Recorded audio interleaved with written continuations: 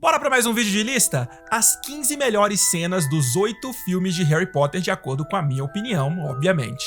Eu tenho certeza que vocês vão se surpreender com a primeira colocada na minha lista. Mais uma vez, a expectativa para o caos é gigantesca com esse vídeo aqui. Lumos Maxima!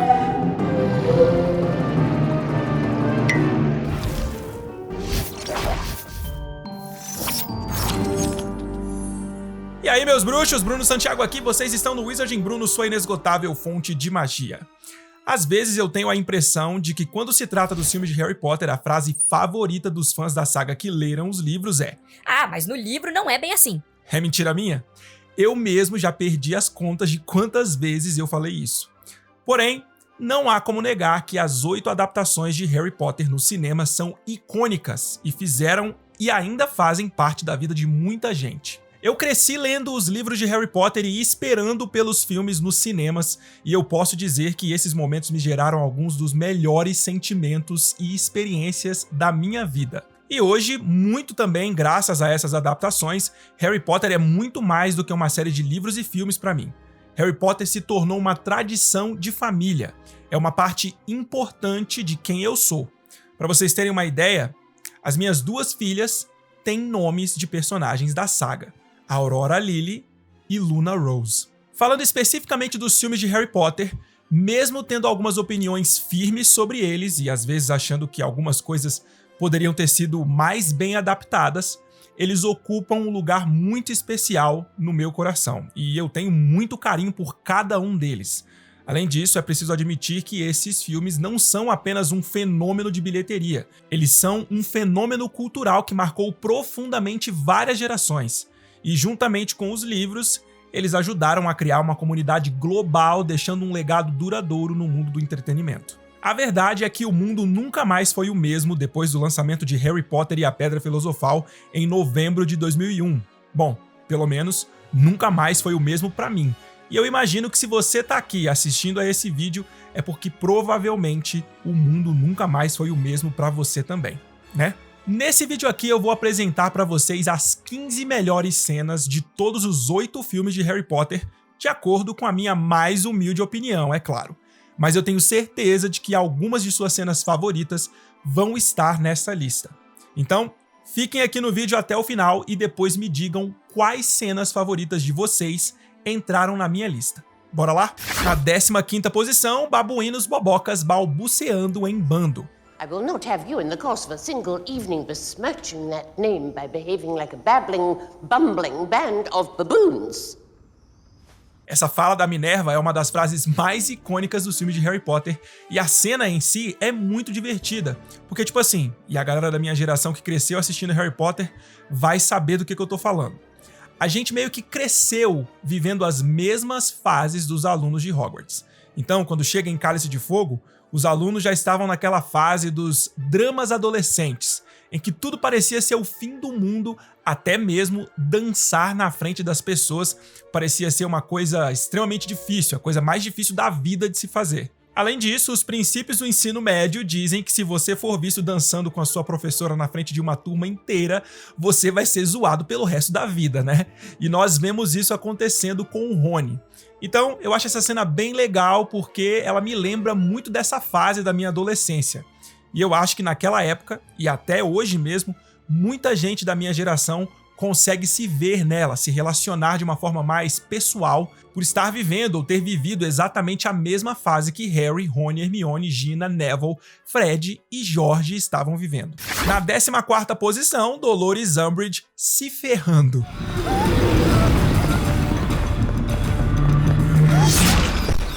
I must not tell lies. What are you doing? I am Senior Under-Secretary Dolores Jane Umbridge.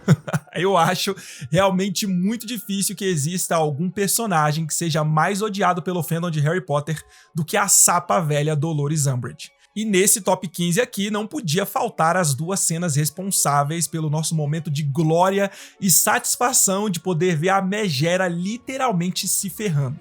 E o legal é que em uma dessas cenas a gente pode ver também os gêmeos Weasley, Fred e George no seu melhor. E os centauros nunca foram tão amados pela comunidade de fãs de Harry Potter como na cena em que eles levam ela presa. Na 13ª posição, o soco da Hermione na cara do Draco. You foul, loathsome, evil little cockroach! Hermione, no!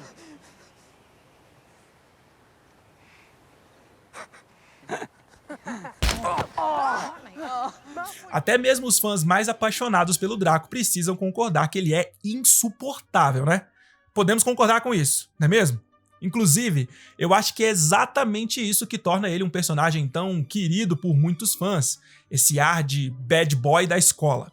É claro que o ator Tom Felton ajudou muito para que o Draco fosse tão querido assim, porque o Draco dos livros é muito mais insuportável e cruel do que o Draco dos filmes. Então eu acho que o Tom Felton conseguiu transmitir um charme pro personagem do Draco que eu não consigo ver nos livros. Por isso, eu tenho a impressão de que os fãs que são apaixonados por ele, na verdade, gostam mais do Tom Felton do que do Draco em si. Mas enfim, isso é só uma opinião que eu tenho, uma visão que eu tenho. Nesse momento aqui, vamos combinar que o Draco meio que mereceu esse socão na cara, né? Agora vejam bem, antes de me cancelarem por dizer isso, por favor, não me entendam mal, eu não tô querendo fazer nenhum tipo de apologia à violência aqui. Eu sou completamente contra qualquer forma de violência, mas a verdade é que às vezes dá vontade de socar a cara de um, né? Mas aí a gente se controla pra não fazer besteira e perder a razão. Mas a verdade é que nesse momento aqui, a Hermione externou, representou a vontade de muita gente. Putz, o Draco tava zombando do bicuço. Ele tava feliz porque o bicho ia morrer. Ele tava lá se vangloriando de ter conseguido que o Ministério ordenasse a execução do hipogrifo. Então assim, a Hermione tá justificada em perder a cabeça, né? Enfim, depois de todas as coisas ruins que o Draco tinha feito até esse ponto, essa cena meio que trouxe uma rápida sensação de justiça pra gente. Na 12ª posição, Dumbledore tem estilo. You may not like him, Minister, but you can't deny Dumbledore's got style. Cara, essa cena é sensacional porque eu acho que é uma das primeiras cenas realmente marcantes do Dumbledore, mostrando o nível de poder dele. Ali fica realmente comprovado nos filmes o quanto ele estava muito acima dos outros bruxos do tempo dele.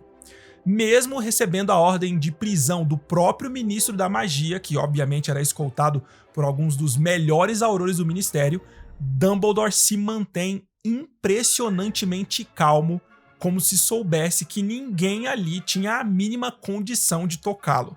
E de fato ele sabia disso mesmo. E aí ele simplesmente se utiliza da Fawkes para desaparecer da frente de todo mundo utilizando uma magia que ninguém estava esperando. Algo completamente acima do nível mágico dos que estavam ali presentes no gabinete dele. Realmente Shacklebolt tinha razão. Muita gente pode não gostar dele, mas ninguém pode negar. Dumbledore tem estilo. Na 11ª posição, a primeira visita de Harry no Beco Diagonal. Welcome, Harry, to Diagon Alley.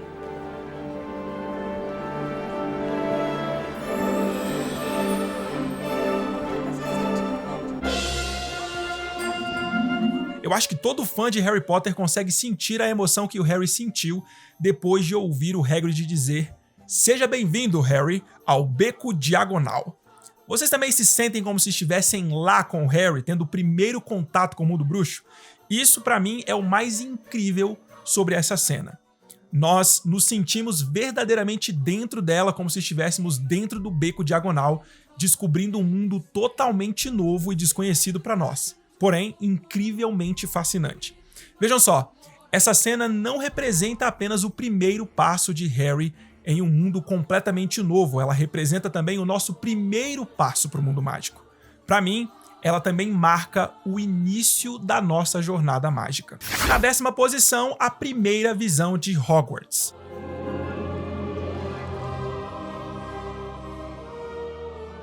A chegada a Hogwarts é uma das cenas mais icônicas e memoráveis em toda a série de filmes de Harry Potter.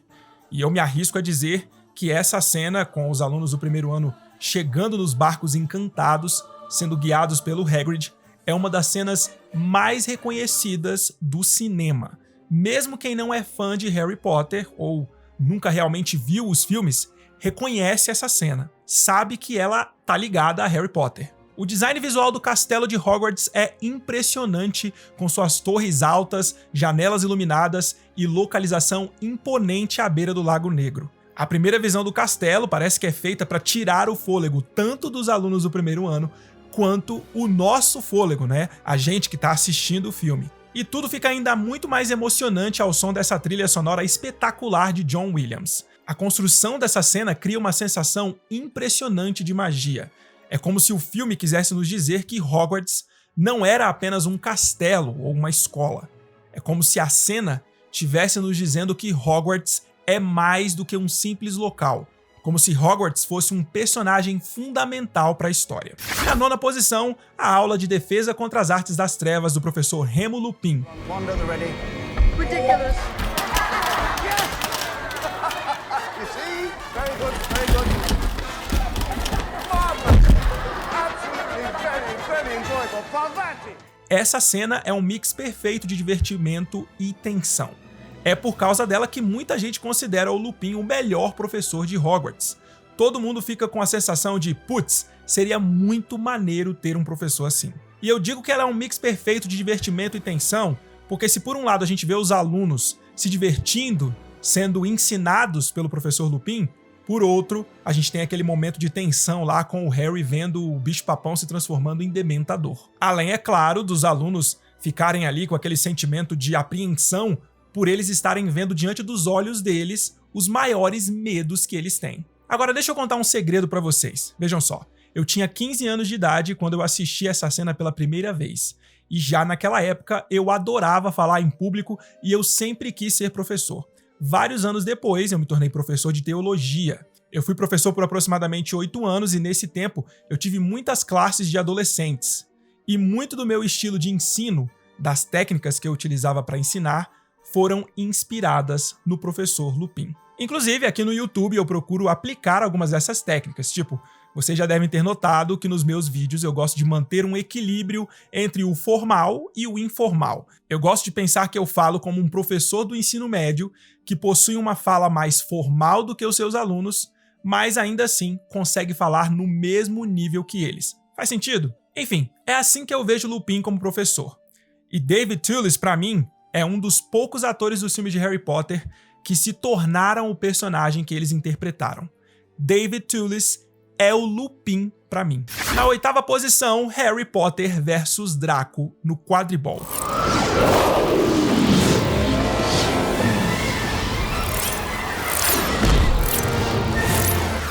Eu me lembro como se fosse hoje da euforia que foi assistir Harry contra Draco no quadribol em Harry Potter e a Câmara Secreta.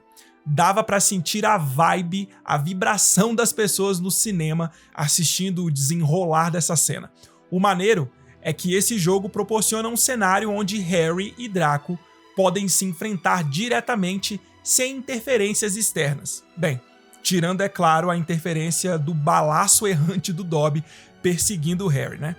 Mas enfim, a partida intensifica ainda mais a rivalidade dos garotos, porque os dois estão ali determinados a superar o outro. Para mim, esse é um ponto crucial na evolução da rivalidade entre Harry e Draco. Essa partida destaca as diferenças deles, intensifica o conflito entre os dois e prepara o terreno para os confrontos futuros que são muito importantes para o desenvolvimento desses dois e também da trama em si. Mas esse jogo não era só sobre a rivalidade dos garotos. Era também sobre a rivalidade entre Grifinória e Sonserina. Uma rivalidade que sempre existiu e vamos combinar que sempre vai existir, né? Eu acho que essa é uma rivalidade super legal e saudável, desde que ela não ultrapasse os limites.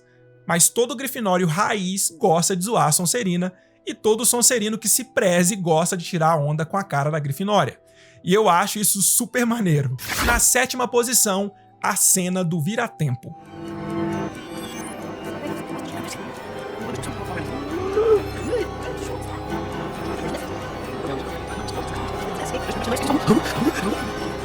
Essa parte em que Hermione usa o vira-tempo em Harry Potter e o Prisioneiro de Azkaban, pra mim, é uma das partes mais memoráveis e tecnicamente impressionantes desse e de todos os outros filmes de Harry Potter. O Vira-Tempo é um dispositivo mágico que permite aos usuários viajarem no tempo, e a forma como essa cena foi construída, os efeitos especiais utilizados e a trilha sonora são sensacionais. A ideia parece muito simples, mas quem entende um pouquinho de produção e edição de vídeo sabe que, embora uma ideia seja simples, a execução dela nem sempre é tão simples assim. Os detalhes são muito importantes nessa cena. Depois que Hermione gira o objeto mágico, os eventos vão acontecendo em ordem reversa e a gente consegue ouvir os murmúrios das conversas das pessoas que passaram na ala hospitalar naquele espaço de horas. Além disso, a iluminação da sala vai mudando e a gente até consegue ver o reflexo do sol passando pelas janelas, mostrando a mudança de posição do sol, que vai retornando para o local em que ele esteve 3 horas antes do momento da Hermione girar o Vira-Tempo. Enfim, a ideia é realmente muito simples, mas ela atingiu o propósito da cena de uma forma muito genial, que era representar a viagem no tempo de uma maneira que fosse compreensível para o público, mas também que fosse fiel ao material de origem, que era o livro, né? Na 6ª posição, Ordem da Fênix versus Comensais da Morte.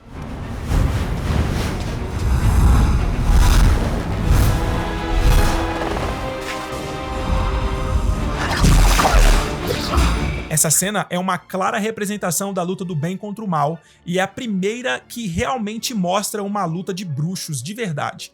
Os efeitos visuais e sonoros dos feitiços são muito maneiros. E eu acho muito massa ver o Harry e o Sirius duelando lado a lado e me faz sentir como se eles estivessem vivenciando ali um momento em família, mesmo que fosse um momento de extremo perigo. Sem falar que eu acho top demais o estilo do Sirius de duelar. Os movimentos que ele faz com a varinha são de pura classe e domínio dos feitiços. Na 5ª posição, Voldemort versus Dumbledore.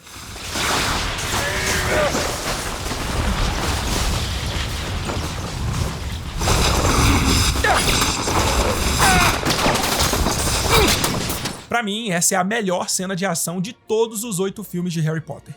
E eu me lembro de ter ficado muito ansioso para ver como que eles iriam adaptar esse duelo para os cinemas, porque nos livros essa parte é simplesmente sensacional.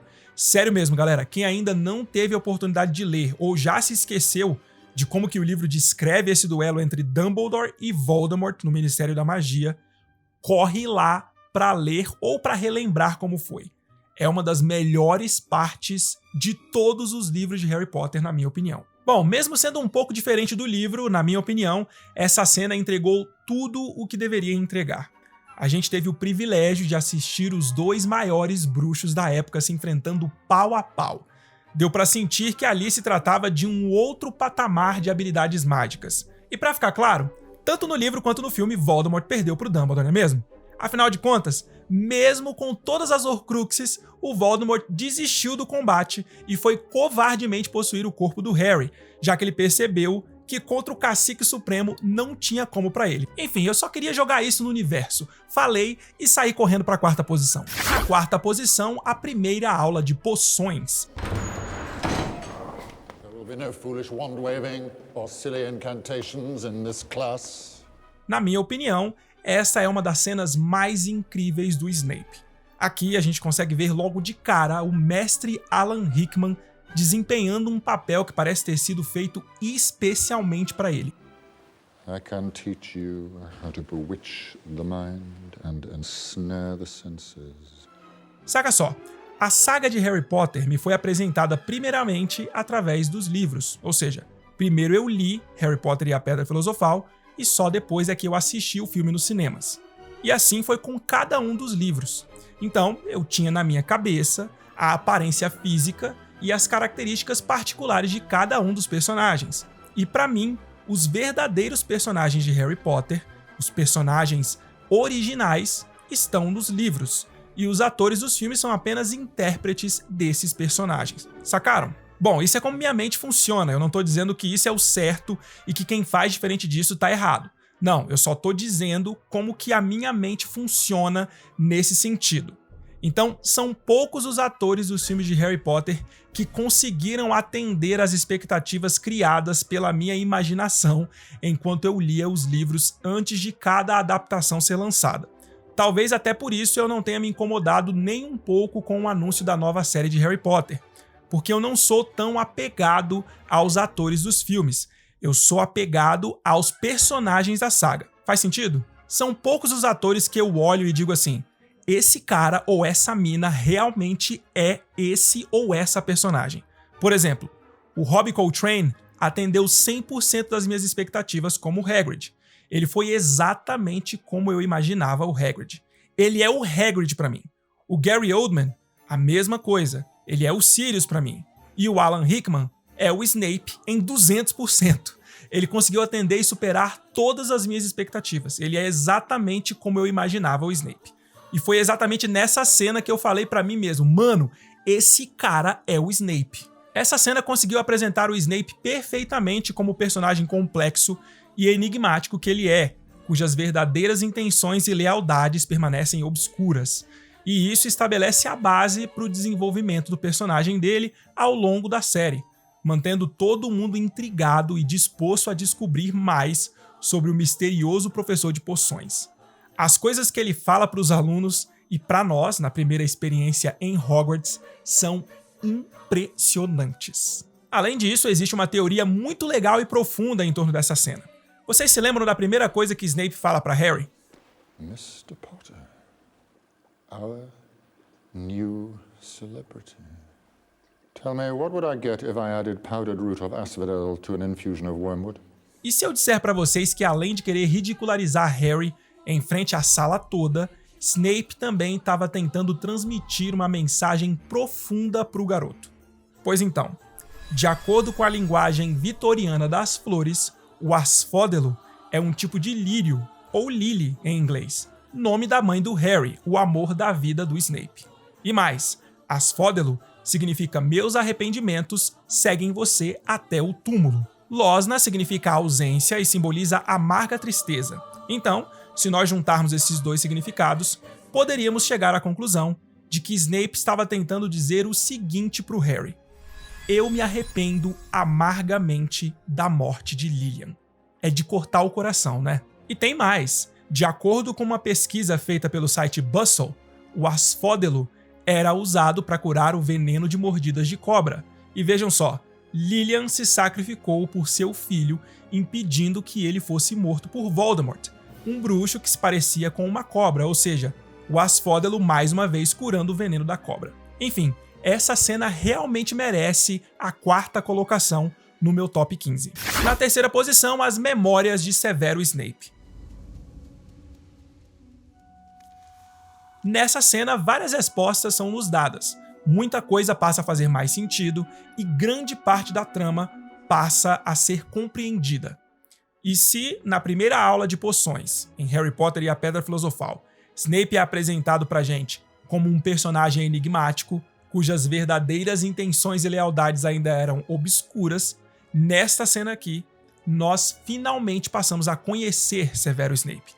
Depois das memórias que Harry vê na penseira, a gente passa a compreender que houve mais em Snape do que o que aparentava.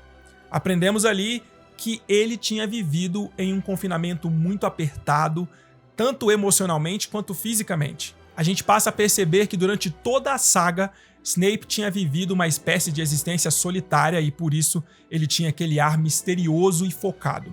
Mas depois dessa cena, nós descobrimos realmente quem ele era. Inocente, mas também culpado, ressentido e responsável, parcial, leal e vulnerável, mas acima de tudo, ele era extremamente corajoso. Corajoso até o fim da vida dele. Ver o Snape conjurar um patrono com a mesma forma do patrono da Lilian é muito simbólico. E embora eu ache que a adaptação dessa parte tenha romantizado o Snape de uma forma bem exagerada, coisa que o livro não faz, ainda assim, essa é uma cena espetacular, porque tem muita emoção envolvida do início ao fim. Por causa dela, a palavra always, ou sempre, se tornou um símbolo do sacrifício e do amor incondicional dentro da comunidade de fãs de Harry Potter. Always. com certeza essa cena merece estar no top 3. A segunda posição, Hagrid retornando de Azkaban. There's no Hogwarts without you, Hagrid. Essa pra mim é a cena mais emocionante de todos os filmes de Harry Potter. Eu confesso que eu não sou muito de chorar assistindo filmes, mas essa cena me faz chorar todas as vezes que eu assisto ela. Em Harry Potter e a Câmara Secreta, Hagrid vai preso em Azkaban injustamente. No fim do filme, ele finalmente retorna para Hogwarts depois do mistério da Câmara Secreta ter sido finalmente desvendado por Harry, Rony e Hermione. Eu acho que essa cena é tão incrível porque nela a gente consegue ver a conexão fortíssima que existia entre Harry e Hagrid. O Hagrid esteve presente em todos os momentos mais importantes da vida do Harry, desde que ele ainda era um bebê e tinha acabado de sobreviver ao Voldemort, passando pela primeira experiência de Harry no mundo bruxo, até o momento em que ele supostamente estava morto. É o Hagrid que vem trazendo o Harry nos braços, vindo da Floresta Proibida até o castelo de Hogwarts.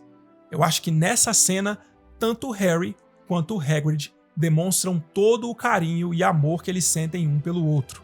É um dos momentos mais ternos da saga. A combinação da trilha sonora com a emoção do momento em si é simplesmente perfeita e Harry declara uma coisa que todo fã de Harry Potter compreende muito bem. Realmente não existe Hogwarts sem Hagrid. Ele definitivamente é um dos personagens mais queridos e amados pelos fãs, e uma curiosidade super legal sobre essa cena é que ela é uma criação do filme. Não existe essa parte descrita no livro. Ainda bem que eles colocaram essa cena no filme, porque teria sido uma perda e tanto não poder assistir esse momento. E finalmente, na primeira posição, Harry voando no bicuço. Galera, vocês não têm noção do quanto eu amo essa cena. E assim, embora ela seja cinematograficamente sensacional, eu gosto dela muito mais pelo sentimento que ela gera do que pelas questões técnicas da produção em si. Muito embora eu sei que ela só produz todo esse sentimento em mim por causa das questões técnicas, da maneira como ela foi construída, né? Pra vocês terem uma ideia, eu sou tão apaixonado por essa cena que a minha peça favorita na minha coleção de Harry Potter é essa estátua aqui da Iron Studios. É uma representação exata dessa cena.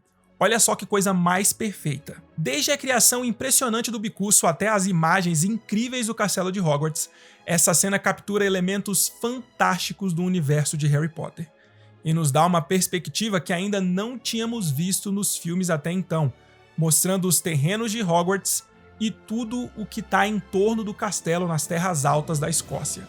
Enquanto o bicuço voa com Harry em cima dele, eu me sinto como se fosse transportado para dentro do mundo mágico. É como se eu estivesse ali, no lugar do Harry, vivenciando esse momento emocionante. Imagina poder voar num hipogrifo pelas torres do castelo de Hogwarts, cara, olha só que massa. A trilha sonora de John Williams, utilizada nessa cena, se chama Buckbeak's Flight, ou em português, O Voo do Bicuço. E ela é simplesmente sensacional. Para mim, é a melhor trilha sonora dos filmes de Harry Potter. Cada vez que eu ouço ela, eu me sinto como se tudo dentro do universo mágico de Harry Potter fosse realmente real. E aí me vem uma sensação inexplicável, um mix de mistério, nostalgia, magia e euforia, tudo ao mesmo tempo. Enfim, a combinação dessa trilha sonora com tudo que nós vemos nessa cena é simplesmente perfeita. E assim, o interessante é que a maneira como essa cena foi construída e retratada no filme é muito melhor do que a descrição de como isso aconteceu no livro, pelo menos na minha opinião, né? Vejam só como ela acontece no livro. Harry pisou no alto da asa de bicuço e se içou para cima das costas do bicho. O bicho se ergueu. Harry não tinha muita certeza de onde deveria se agarrar. À sua frente, tudo era coberto de penas. "Pode ir, então!" bradou Hagrid, dando uma palmada nos quartos do hipogrifo. Sem aviso, as asas de quase 4 metros se abriram a cada lado de Harry. Ele só teve tempo de se agarrar ao pescoço do hipogrifo e já estava voando para o alto. Não foi nada semelhante a uma vassoura e Harry soube na hora qual dos dois preferia. As asas do hipogrifo adejavam desconfortavelmente dos lados, batendo por baixo de suas pernas e dando-lhe a sensação de que estava prestes a ser jogado no ar. As penas acetinadas escorregavam dos seus dedos e o garoto não se atrevia a se agarrar com mais força. Em vez do voo suave da Nimbus 2000, ele agora balançava para frente e para trás, quando os quartos do hipogrifo subiam e desciam, acompanhando o movimento das asas. Bicuço deu uma volta por cima do picadeiro e em seguida embicou para o chão. Essa foi a parte que Harry teve receio. Ele jogou o corpo para trás à medida que o pescoço liso do bicho abaixava. Achando que ia escorregar por cima do bico, então sentiu um baque quando os 4 membros desparelhados do bicho tocaram o chão. Por milagre, conseguiu se segurar e tornar a se endireitar. "Bom trabalho, Harry!" berrou Hagrid, enquanto todos, exceto Malfoy, Crabbe e Goyle, aplaudiam. "Muito bem! Quem mais quer experimentar?" Então assim, se no filme Harry parece curtir demais esse voo, no livro não parece que essa foi uma experiência tão emocionante e agradável assim, né? E aí, meus bruxos, quais dessas cenas da minha lista estão entre as suas cenas favoritas dos filmes de Harry Potter? Qual é o top 15 de vocês? Deixem aí nos comentários que eu vou adorar interagir com vocês. Não se esqueçam de deixar o seu like e de ativar o sininho de notificações para vocês não perderem nenhum vídeo. Caso você ainda não seja inscrito no Wizarding Bruno, se inscreve aí e fique por dentro de tudo o que rola por aqui. Agora você também pode se tornar membro da Ordem do Patrono, um clube de membros aqui do Wizarding Bruno. Por apenas R$ 6,99 por mês, você passa a ter acesso a uma série de benefícios exclusivos. Faça como essa galerinha aqui da tela de membros do canal e apoie ainda mais o Wizarding Bruno. Seja membro da Ordem do Patrono. Ah, e não se esqueçam da campanha que tá rolando aqui no canal. Foi lançada a hashtag WizardingBruno50k. Compartilhem um vídeo do canal nos seus grupos de WhatsApp, Telegram e nas redes sociais como o Instagram e X/Twitter e me ajudem a atingir a marca de 50 mil inscritos. E aqueles que postarem um story no Instagram, assistindo a um vídeo aqui do canal, ou pedindo para as pessoas se inscreverem no Wizarding Bruno e marcarem o @WizardingBruno e a hashtag WizardingBruno50k, eu vou repostar nos meus stories. Então, espalhem a hashtag WizardingBruno50k e ajudem o Wizarding Bruno a crescer. A gente se vê no próximo vídeo. Tamo junto. Fui! Accio Nox!